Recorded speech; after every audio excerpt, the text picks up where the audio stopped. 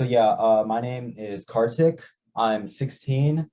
I'm from Irvine, California, and I just finished my sophomore year of high school. So 2 years ago, my grandma, she was diagnosed with diabetes. Her doctor told her that she had the choice between taking insulin injections or buying an insulin pump. To her, the insulin pump seemed like the better choice. It was more expensive, but it meant that she didn't have to face as much pain. She was wrong.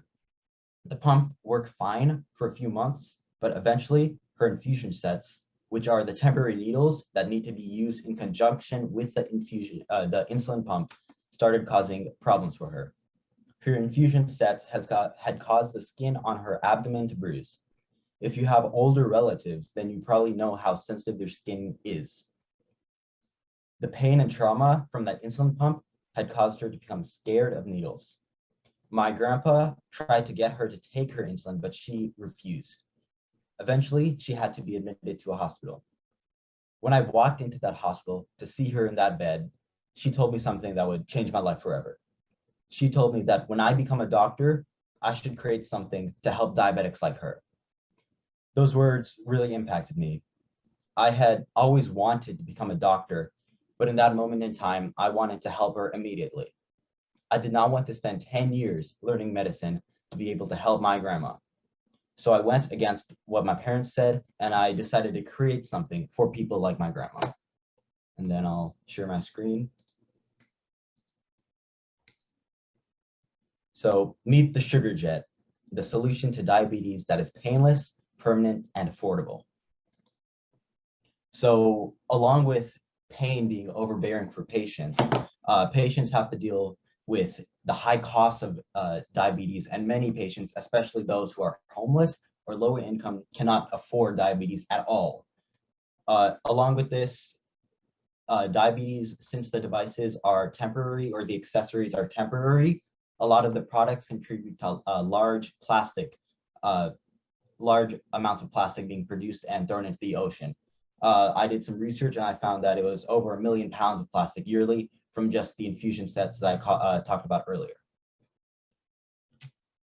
So the solution to all of these issues is a device that contains a micro pump, a glucose sensor, and a refillable insulin capsule. The device would communicate with a smartphone app, and the glucose sensor would tell the app what the glucose levels are. Based on those glucose levels, the pump would inject insulin into a patient. The refillable insulin capsule can be replaced with insulin, and those are meant to be temporary to reduce, those are meant to be permanent to reduce plastic production, and they are just refilled with normal insulin vials. So the target market that I found was that like the people who would benefit from my device the most would be low-income diabetics and patients prone to pain. So low-income diabetics, they currently do not have any kind of treatment.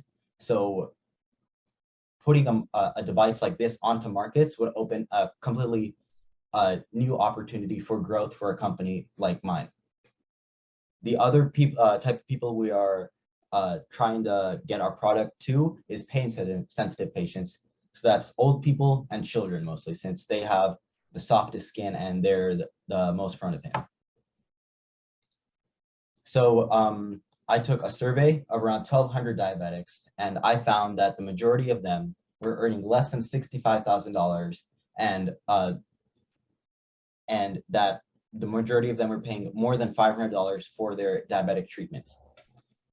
So the people in the yellow section on the bottom graph, those were people who didn't have diabetic treatment, either because they could not afford it or because they were pre-diabetic, meaning that their diabetes wasn't, it didn't accelerate to a point where they needed to spend that much money on diabetes.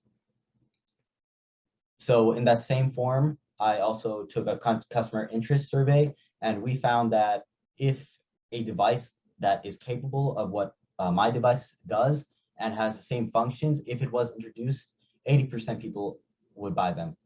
This number isn't going to be the exact number of people who will buy my product, but it's a good preliminary to understand customer interest. So the biggest problem with my company is that there's a huge cost when it comes to actually getting it started. So the resources we would need for a minimum viable product, those would come from either medical device developers or freelance contractors. Either one of these would take my device's blueprints. The blueprints are currently patent pending, and they would take those blueprints, they would develop them into something that can be medically approved by the FDA, as well as something that can be mass manufactured through injection molding. So the quote we got from our freelance contractor was $250,000 for launch in Hong Kong or India, and then $500,000 for launch in the United States. And then if we went to a medical device developer they're usually more advanced in terms of the technology and how much time it will take, they're going to charge around 10 times that amount of money. So our main competition is coming from companies like Dexcom, Medtronic, and Abbott. All of these companies, they're multi-billion-dollar companies with multi-billion-dollar revenues. Obviously, I know that I can't compete with any of these companies, so I made the decision some time ago to actually join these companies. So after my company progresses to the point where we have a minimum viable product, we will actually join the venture firms for one of these companies. Dexcom and Abbott have venture firms, and Medtronic has an incubator. An incubator is where a larger company helps a smaller company progress in size in return for an investment. So right now, I'm going to start working with Cal State Fullerton. It's a pretty big college over in California, and we got accepted into their incubator program, and they're going to help us conduct more market research, develop a better business plan, and then as a part of that program, we're going to have some senior students from Cal State Fullerton ready to just do whatever we want for them as a part of their final. Yeah, so then the management team, it's me, Kartik. So I'm the one who made this concept, and then I took this concept to my dad and my aunt. So my dad, he's been taking whatever blueprints I've been making and making sure that they can actually be mass produced. And then my aunt, she's been taking my concepts and making sure that they're actually viable to be put into a patient. And then everyone else on the bottom, the first person, Shweta, she's my mom. She has an MBA. She's been helping with marketing. Everybody else has just been taking small aspects of the project, and yeah, we've all been working on this for the past year or so. So yeah, that concludes the presentation. If you would like more information, I have one-page summaries and a business plan. And then if you want to ask any more questions, you can email me as well. So yeah, that's my presentation. Thank you. Kartik, well done, well delivered. I'm going to open it up to our panelists. Ali? Hi, Kartik.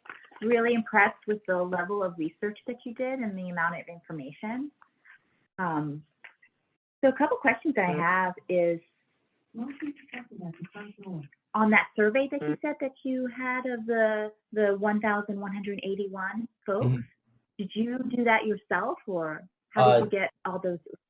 So I have, yeah, it was one of my team members. He conducted the survey for me. So yeah, he just went online onto like Reddit and said, hey, we're startup of high schoolers. Do you guys think you could help us out by filling out the survey?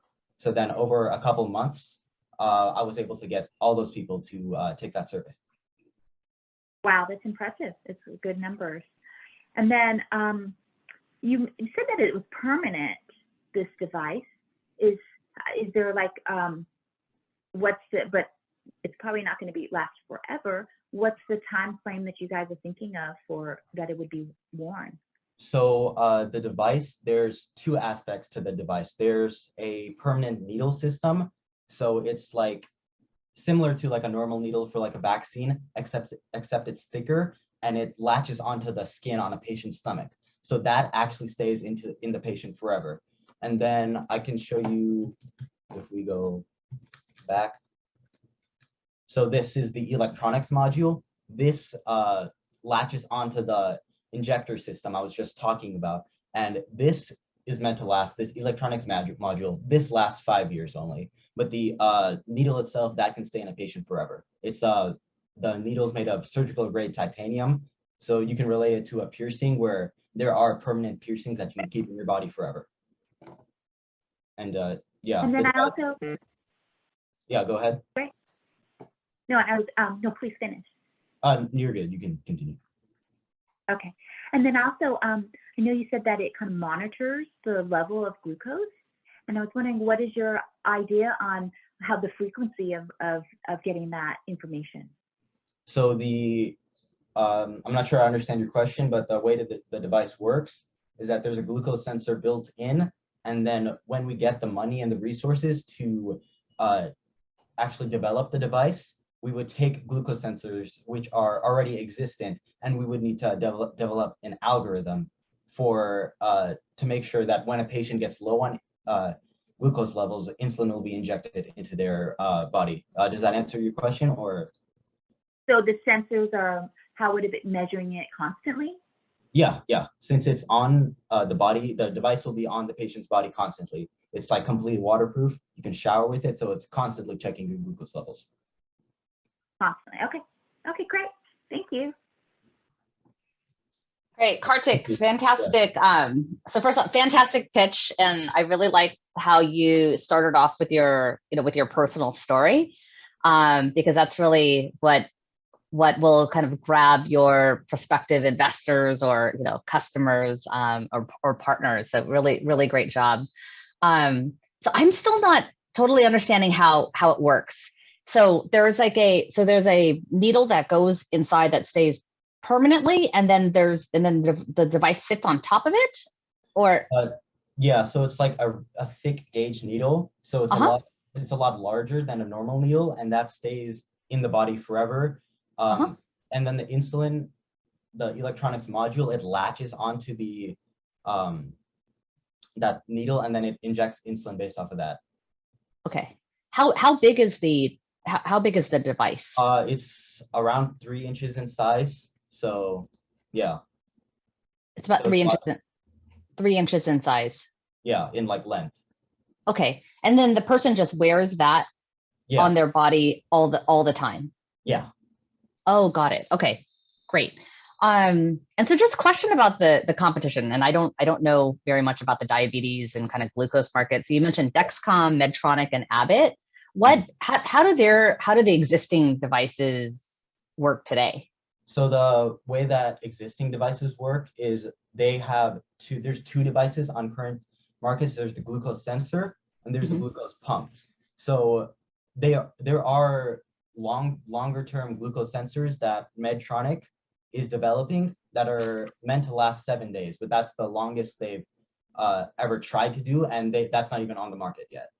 So they have a device similar to this, the one I'm making, except that's only a glucose sensor.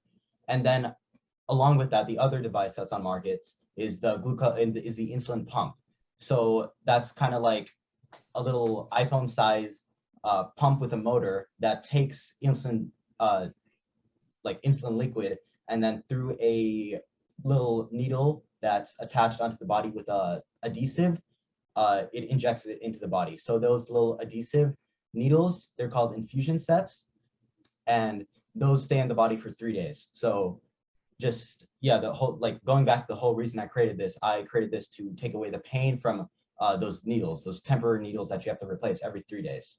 Because this one, it just stays in, and then it's kind of like a catheter then, right? Where you just have it in once, and then whatever is needed attaches to it. Yeah. Kind of like that. Yeah. Okay. Do you already have a prototype? Like a yeah, I have blueprints for a prototype, but I don't release them publicly. This is like all the information I can give. Oh, interesting. Yeah, because one of the things that might be helpful, just as somebody that might be listening to the pitch, is to have like a visual of maybe your grandma or somebody, or an older person, or maybe a younger person with it on. It doesn't even have to be the real thing. Yeah. But to see, and then just to get a sense for the scale, and how it will be to kind of live with that device on you. Yeah. I think I had a 3D rendering of the Uh-huh. device on like the first slide, but I just went through the presentation Yep. quickly, so you might not have gotten a chance to see that. Yeah, but I think on the bot, because I think making the Yeah, connection yeah. between, because I don't, just getting people's like, I guess, minds around kind of having the device on you. I guess Yeah. that's the part that was a disconnect for me. Yeah, I can. Um, Yeah, I can get something 3D printed. That's a good idea for like future pitches. Okay. Great. But I mean, I listen to hundreds of pitches a year, and like your pitch was much better than some of the adults that are on their second company and that have raised venture funding already. So just, just really, really great job with your pitch. Thank you. Don't forget Kathy's name. Great job, Kartik. I think you're going places. You're 16. You are solving some real life challenges, and you've got that personal story, which I really like. I'm curious. By the way, my brother-in-law is a diabetic, and he has a permanent sensor that he has that is very similar to this. And I didn't understand until, I saw him change it out and see how that works. But I could see how this, he still does the shots, several times a day. And I could see how this would be really awesome to get rid of that piece. So my questions for you are, have you had any challenges being your age and presenting this idea to companies? I'm curious. Yeah, the biggest problem coming from me is that I haven't even completed high school yet, and I don't even have a college degree. So a lot of people think that this device was really designed by my aunt, who's the doctor, and it really wasn't by me. So they think I'm just doing this for college, or I'm just this is some kind of scam to get your money out. So yeah, the biggest thing I'm facing is that I need a lot of capital to get started, and it's hard for me to establish credibility. So one of the things I'm trying to do to combat that is the Cal State Fullerton incubator. So through that, I'll be able to get market research and business plans from like professionals rather than just something made by me, so that people who would go through my business plans, it would be more believable for them. Yeah, I could see that. I would like for us to connect you with a student entrepreneur, and she's actually just finished up her PhD, and she's getting a dual PhD and MD at Duke right now. She had her undergrad in Harvard. She did same thing. She was 16 years old and was doing cancer research, and no one really was giving her any time. But I'd love to connect you with her, because I think she may be able to give you some advice on how to navigate that. Her name's Sri Bose. She won the first science fair, Google Science Fair, National Science Fair, or International. And then my second question is the people that said they would not switch to your product. There was, I don't remember how many, it was low, but there were some. Did you all follow up and ask them why? Yeah, so the primary reason is that people who already bought insulin pumps, because those are like pretty expensive. It's like over $1,000. So if you already have an insulin pump, there's no need for you to go and spend more money on a different product, because you can't really sell an old insulin pump. So it's just like an unnecessary cost for them. But for patients who are being diagnosed right now, this is going to be a better product for them. Awesome. Excellent job. Do you have a patent on your product? I have a provisional patent. I'm planning on getting a utility one soon. So yeah, it's patent pending right now. Awesome. Good job. Congratulations. I'm going to throw Sri Bose's info in the chat, and I'm happy to connect you. And please stay in touch. We have a lot of investors that care about Venture Lab, and so we'd love to be able to help you out if we can. All right. Thank you. Thank you, Kartik, for having the courage, stepping into the spaceman, and having not only that, but just to keep your dream, keep moving forward. You've built your network, and we're going to help you build it too. So we'll follow up and make sure we get those connections. Okay. Okay. All right. Have a good day, man. All right. Bye.